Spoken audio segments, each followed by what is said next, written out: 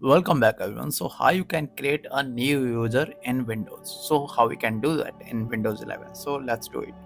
Okay. Click on the start bar. Okay. And search here settings or direct click on settings icon. Okay. Open the settings. You can see here in the left hand side there is a account option. Click the account icon and slide down little bit and you can see the other users here. Okay.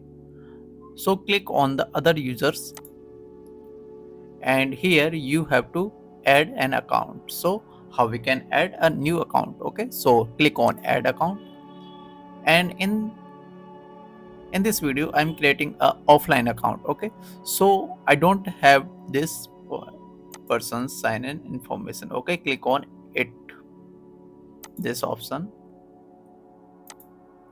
Okay, and just wait,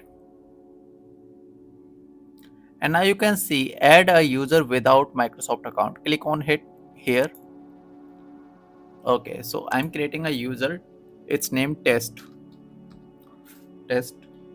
and password. Okay, I have put the password, and there are some security questions, so I'll put the security question just like first question. Okay, second question, and third question. Okay, and click next, and now you have created a local account. Okay, click here and you can see the account. Okay, and you can also change the account type from here. Okay, so you have created an account, you can see here from. Okay, I'll click here, and now I have an option switch user. Okay, so I'll show you.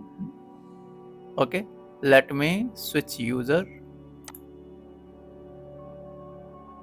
and now you can see I have a test account. Okay, when I click the switch user, I move to test account. Okay, so here if I put my password,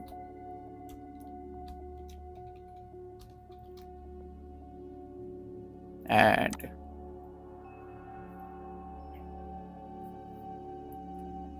now you can see the first time user is created and it's preparing.